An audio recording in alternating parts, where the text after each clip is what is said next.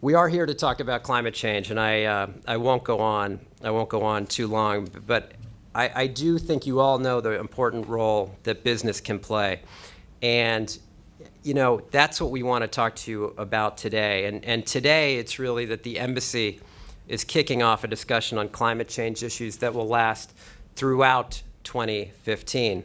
And in December of 2015, the Conference of Parties to the United Nations Framework Convention on Climate Change, UNFCCC, will reconvene with the aim of concluding a new global climate agreement. And this new climate agreement will be based on contributions that each country will determine for themselves. And I'll come back to the details about the conference in a few minutes, but the bottom line is that the benefits of a successful agreement will be tremendous. They will include better public health, better energy security, better resilience, climate security, food security, ecosystem health, and sustainable economic growth. Now, we decided to kick off our year-long climate change engagement by meeting all of you, and to talk about the many leadership opportunities and challenges that climate change presents for the business community. And it is business and innovation that will lead the way to the changes that we need to see. So I'd like to just start with a quick overview of where we are on climate change. Then we'll turn to where we hope to go, including in Paris later this year. And after that, I'll conclude with some thoughts about how businesses can lead the way, and then I'll be happy to take your questions. So, climate change now. Talking about where we are now can take us many directions, but I have 2 points I'd like to make.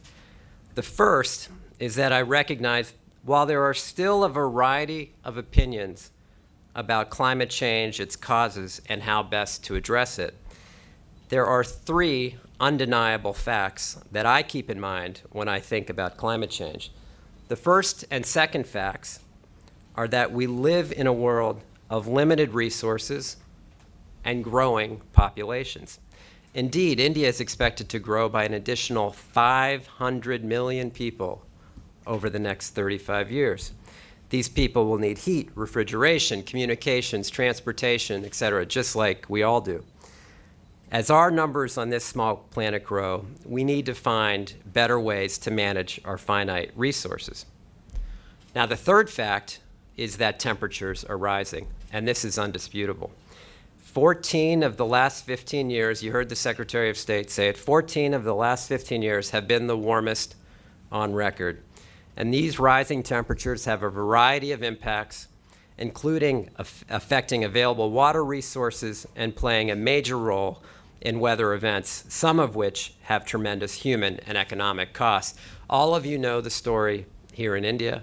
You know of the water shortages, particularly in the north. You know of the depleting water tables. You know of the shrinking glaciers. You know of the impact to farmers. You know of the migration into the cities. I could go on, but this is what happens when you get this kind of increase in temperature. But I am going to talk about the science a little bit, but before I do, I hope you will all agree with me that we are at a point in history where humanity needs to find ways to reduce our impact on the Earth and its ecosystems. And I say that based as much on the science, facts, and policy as I do also as a father concerned about future generations. Now, in addition to these undisputable facts that I just listed, the global scientific consensus confirms that we need to act now to address climate change. In 2013, the UN's Intergovernmental Panel on Climate Change issued its 5th assessment report. This report, which was based on thousands of peer-reviewed scientific studies from participants around the world, concluded that the warming of the Earth's climate system caused by humans was unequivocal, and that the observed changes from the warming is unprecedented from decades to millennia. The outcomes of that reality are that a warmer atmosphere and oceans, diminishing snow and ice, and rising sea levels. The IPCC concluded that limiting climate change will require substantial and sustained reductions of greenhouse gas emissions. So that is where we are now, according to the world's leading scientists. We either reduce greenhouse gas emissions or we and future generations face their growing effect and impact on the planet. It's just that simple. It's just that sobering. The second point I want to make about where we are now is that the United States fully recognizes that we share responsibility for the current climate change situation. Let me say that again so everyone hears that clearly. The United States fully recognizes that we share responsibility for the current climate change situation, because even in the 4 months that I've talked about climate change, the first question I always get is, well, the U.S. has been the largest polluter over the years, the largest carbon emitter, and yet here you are talking to India about climate. Let me try to make that point clear. We accept our role that we've played, but we also accept the leadership role that we've played over the last 3 and 4 decades. We are a major industrialized country that has been emitting large amounts of greenhouse gases for many decades, and so there's absolutely no denial of that reality by President Obama, and certainly not for me personally or the Secretary of State. So this recognition brings me to my second main area of my remarks, which is to talk about where we hope to go from here. Because the United States recognizes our role in creating the present situation, we are working hard to address it, both domestically and in the international community. Let me just talk a little bit about domestically in the United States, because it's not often clear how much we've actually done. President Obama has built on decades of efforts to dramatically transform the United States' energy future. Let me start with the bottom line, and I'll get into a few more details. The U.S. experience demonstrates that we can tackle pollution and emissions without damaging our economy, Listen to this statistic. I think it's worth really thinking about. The U.S. economy is 60% bigger than it was 20 years ago, while our carbon emissions have returned to roughly where they were 20 years ago. And we have even bigger goals to reduce our emissions in the years ahead. Now, there are a number of factors that contributed to our successful efforts to curb carbon emissions. Perhaps the biggest factor was our sustained efforts to combat pollution.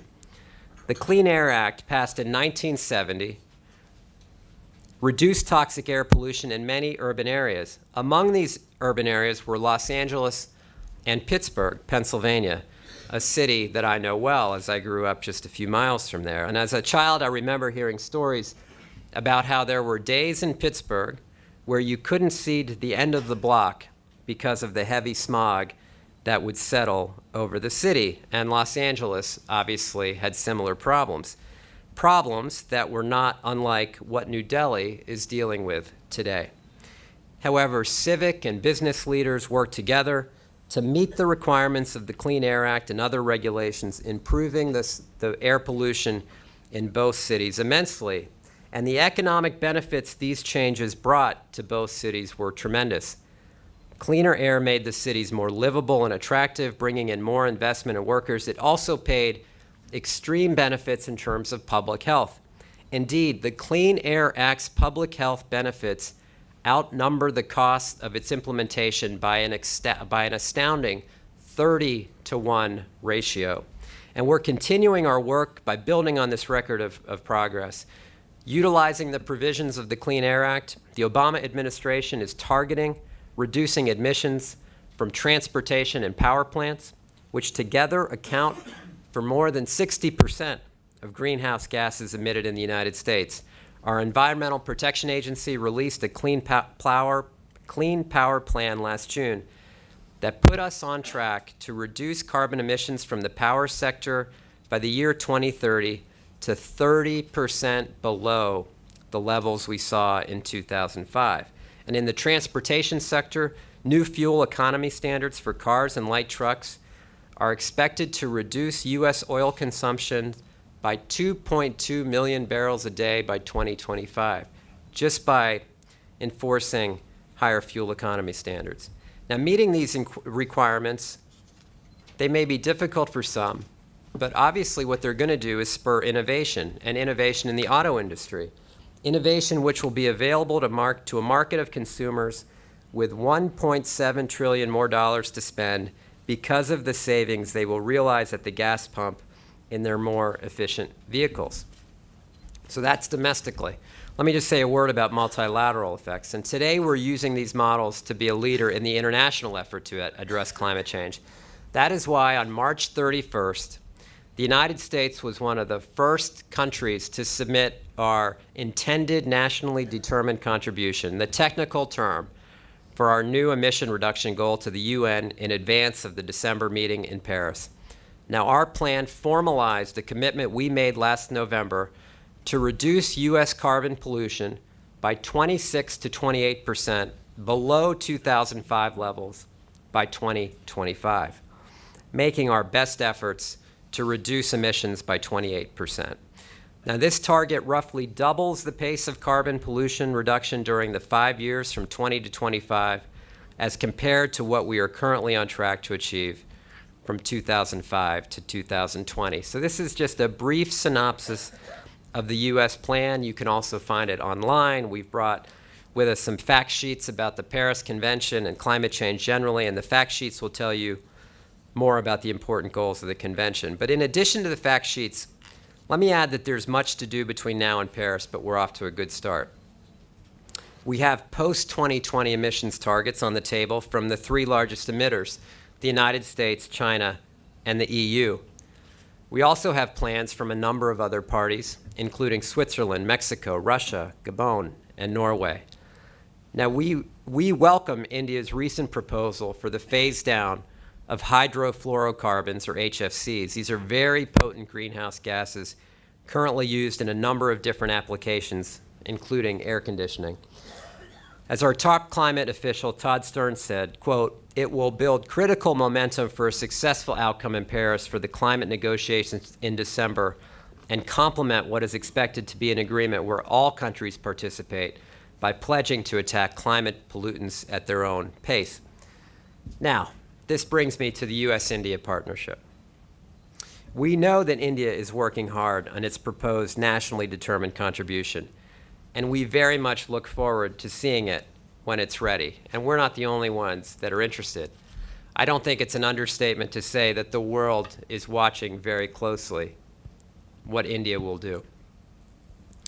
India's size, its economic growth projections, and already significant greenhouse gas emissions means that there's tremendous interest around the world, again, regarding what stance India will take. And more importantly, we're interested in what India will do because, as President Obama said when he was here in January, we're interested in being India's best partner. And we think this partnership doesn't just mean growing trade or defense ties, but it also means engaging to discuss and tackle the toughest issues on the planet, issues like climate change. So in addition to our areas of cooperation, which all of you hear about and read about in the paper, we're working closely with India to find ways to promote the transition to a low-carbon, clean energy future. Let me just name a few. For instance, in 2009, President Obama and then Prime Minister Singh launched the US-India Partnership to advance clean energy. This past September, the Prime Minister and President committed to strengthen and expand the initiative, which has mobilized $2.4 billion in public and private investment from the United States for clean energy projects here in India. In February, the Embassy and the Ministry of New and Renewable Energy launched the India Clean Energy Finance Forum and the US-India Task Force on Clean Energy Finance. The India Clean Energy Finance Forum is a high-level policy discussion between the finance community and the government of India. But the Finance Forum's goal is simple: to identify innovative ways to raise the $200 billion needed to meet India's ambitious clean energy goals. The task force is a government-to-government collaboration sharing best practices on ways we can accelerate market acceptance of green financing. We have a $125 million Joint Clean Energy Research and Development Center connecting dozens of public and private institutions in our countries. The center supports cutting-edge research in solar energy, advanced biofuels, and energy-efficient buildings. During the President's January visit, we agreed to extend this initiative for another 5 years and launch a new track on smart grid and grid storage technology. And through our Promoting Energy Access Through Clean Energy, or PEACE program, we are partnering to greatly accelerate the deployment of off-grid clean energy. This program supports the Indian government's commitment to provide energy access to all Indians. And we hope our recent breakthroughs, understandings on the civil nuclear sector will ultimately allow us to build low-carbon-based load nuclear power plants together. And perhaps most importantly to those of us living in India's cities, the President and Prime Minister agreed to launch an important new initiative on air quality. Just last month, experts from the U.S. Environmental Protection Agency visited India to discuss opportunities for joint collaboration with their Indian counterparts. Now, what is the business case for change? So this growing record of cooperation and partnership really brings me to my final theme: why business must lead the way on climate change. And as was true in the areas of high-tech, space cooperation, and other scientific endeavors, the programs I just mentioned are not only policy programs, but they are ones that will have tremendous impacts on innovation and growth in India. The economic benefits of action and moving to a low-carbon future are enormous. In addition to creating more jobs, reducing energy costs, and maximizing profits in the near term, businesses will realize gains through reduced healthcare costs and increased productivity in the long term. And just listen to this. Over the next 20 years, global investment in the energy sector is expected to reach nearly $17 trillion. $17 trillion. That's more than the entire GDP of China and India combined. So as Prime Minister Modi seeks to implement smart cities, Make in India, Clean India, Swachh Bharat campaign, and works to deploy his goal of 175 gigawatts of clean renewable energy by 2022, there will be countless opportunities to utilize cleaner technologies that are more energy and cost efficient. Designing and producing these technologies will take vision and innovation, but they can have a profound impact on the overall goals of upgrading India's infrastructure and improving the quality of life for hundreds of millions of Indians all around the country. And beyond meeting India's own needs, the world market is increasingly searching for cleaner, more efficient, and more advanced technologies to address climate change. The innovations that India can use to become smarter, cleaner, more productive, and more profitable should be attractive to a global community concerned about this issue. Just as is any sector, the most successful companies will be those that constantly innovate rather than those that fight for diminishing market shares for older, less desirable technologies. So in closing, let me ask you to imagine the opportunities for clean energy innovation. Imagine the opportunities presented by smart cities, Swachh Bharat here in India, and the opportunities in the US market that will be created because of our ambitious goals. And beyond imagining, I'd encourage you to do some quick calculations when you get back to your offices today. Take a look at how much your profits would increase if you lower your energy costs through more energy-efficient processes. Think about the opportunities your companies might have to partner with governments or NGOs or others to develop innovative solutions to the challenges we face. Think about the CSR possibilities and benefits that are increasingly available. Think about the positive impact to the lives of tens of millions of people in India and beyond. And beyond thinking about the realities of today's bottom line, imagine two possibilities for the future. Imagine a future where businesses, nations, and future generations increasingly must confront the myriad challenges of living in a world with unchecked emissions of greenhouse gases. And imagine an alternative where each of us takes a leadership role to help address climate change through innovation, through partnership, and through a commitment to a cleaner future. Thank you very much. Thank you for your attention. I look forward to your questions. Thank you.